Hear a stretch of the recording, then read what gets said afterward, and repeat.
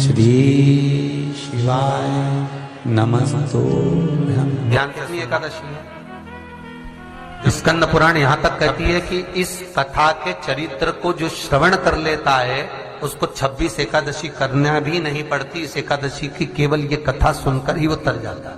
बहुत ध्यान से सुनना इसको, कथा तो बड़े भाव से सुन लो इसको, है? बड़े प्रेम से। इसलिए सारी एकादशियों में निर्जला एकादशी की महत्वता शास्त्र प्रमाण करता है महाराज। निर्जला एकादशी का उद्यापन जो करा जाता है, उसका उद्यापन और प्रदोष का जो उद्यापन करा जाता है, इन दोनों का क्रम लगभग एक जैसा ही। तो निर्जला पहुंची है और निर्जला ने जाकर भगवान नारायण से निवेदन करा। भगवान विष्णु ने पूछा, क्या बात है निर्जला, आज तुम खेलती हुई यहां पर आकर खड़ी हो गई, क्या हुआ क्या है? क्या तुमको गौलोक धाम में आनंद की अनुभूति नहीं हो रही जो तुम बैकुंठ में आई हो? निर्जला घूमती घूमती भगवान के सम्मुख में पहुंच गई। भगवान ने पूछ रहे हैं, बार बार पूछा, निर्जला हुआ क्या तुमको?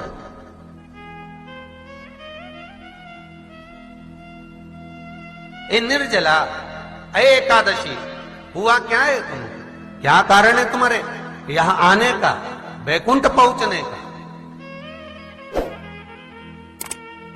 बहुत ध्यान देना महाराज।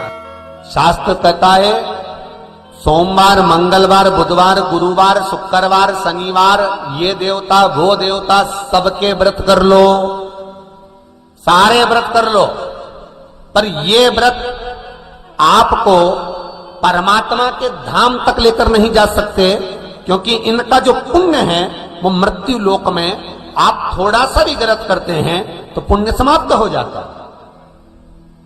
पर हिंदू धर्म के 3 व्रत ऐसे बता दिए जिन व्रतों का पुण्य समाप्त नहीं हुआ।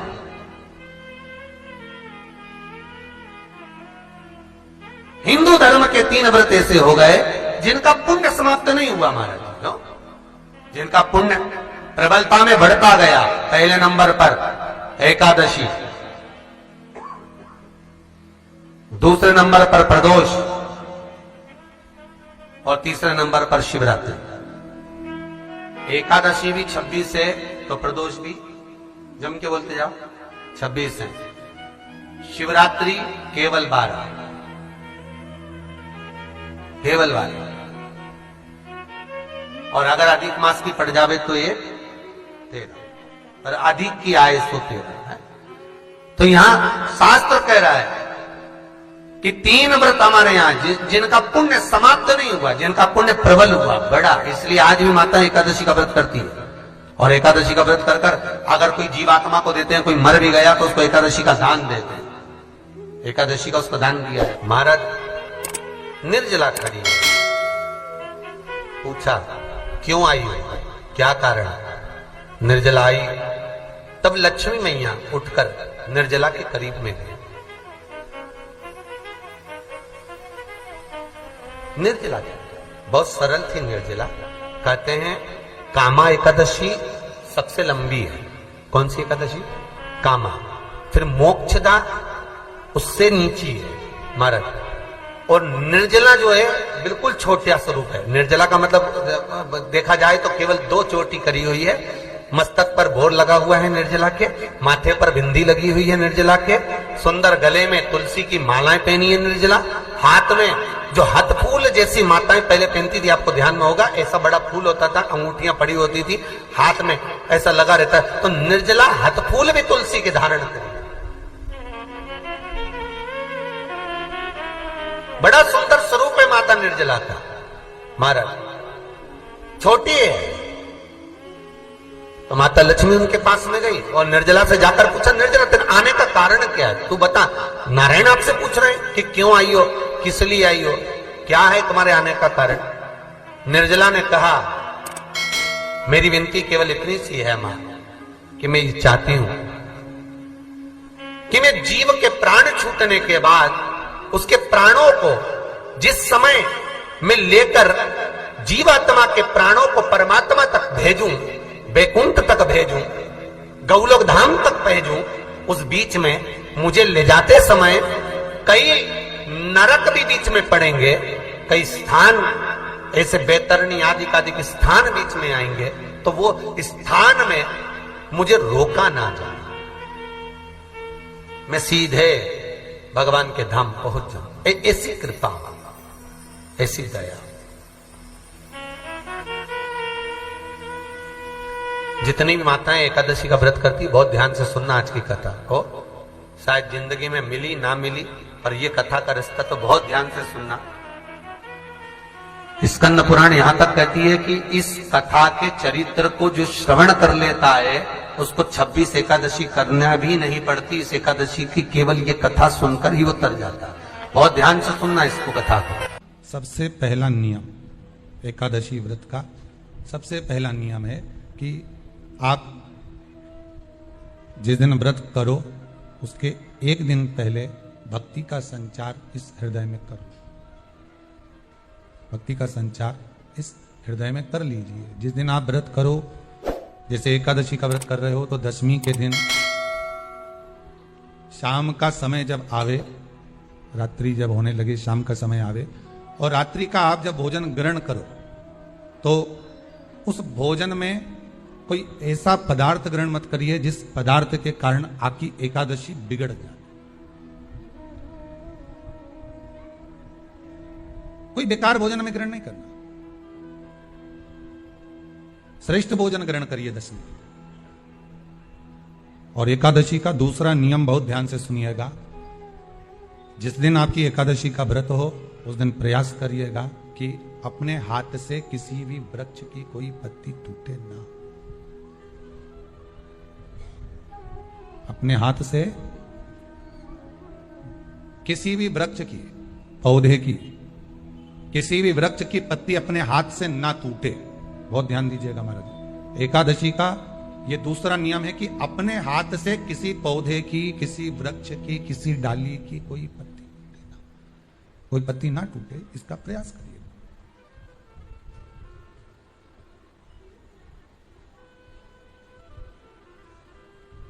कितना सुंदर व्याख्यान कहा है, कितना सुंदर वर्णन है महाराज कि मात्र एकादशी का व्रत कर लेने पर, मात्र एकादशी का व्रत कर लेने पर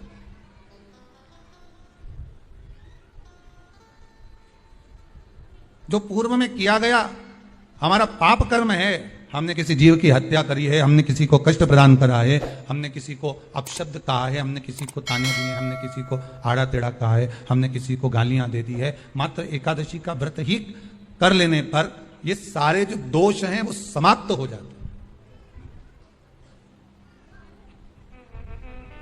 सारे दोष हमारे समाप्ति पर आ जाते हैं।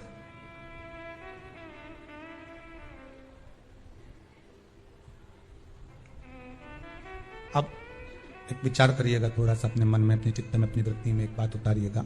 एक अपने मन में एक बात को उतार कर रखिएगा कि आप अपने पाप को, अपने पाप कर्म को जिस दिन क्षीण करने वाले हो, समाप्त करने वाले हो, अपने पाप को आप जिस दिन समाप्ति पर लेकर जा रहे हो, तो उसके एक दिन पहले आपको प्रसन्नता होना चाहिए कि नहीं होना चाहिए कि कल मेरा पाप कटने वाला है, कल मेरा पाप समाप्त होने वाला है।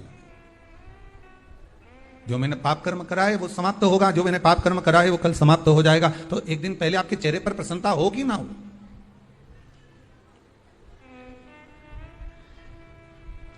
और चेहरे पर वो प्रसन्नता आपके आना चाहिए कि कल मेरा एकादशी का व्रत है, आज दशमी है, कल एकादशी का व्रत है, तो कल मेरी जब एकादशी का व्रत रहेगा तो मेरा ना जाने कितना कितना पाप, कितना असत्य, कितना कितना झूठ, कितना कितना प्रपंच वो समाप्त हो जाएगा। इसमें मुझे प्रसन्नता हो, इसमें मुझे आनंद था।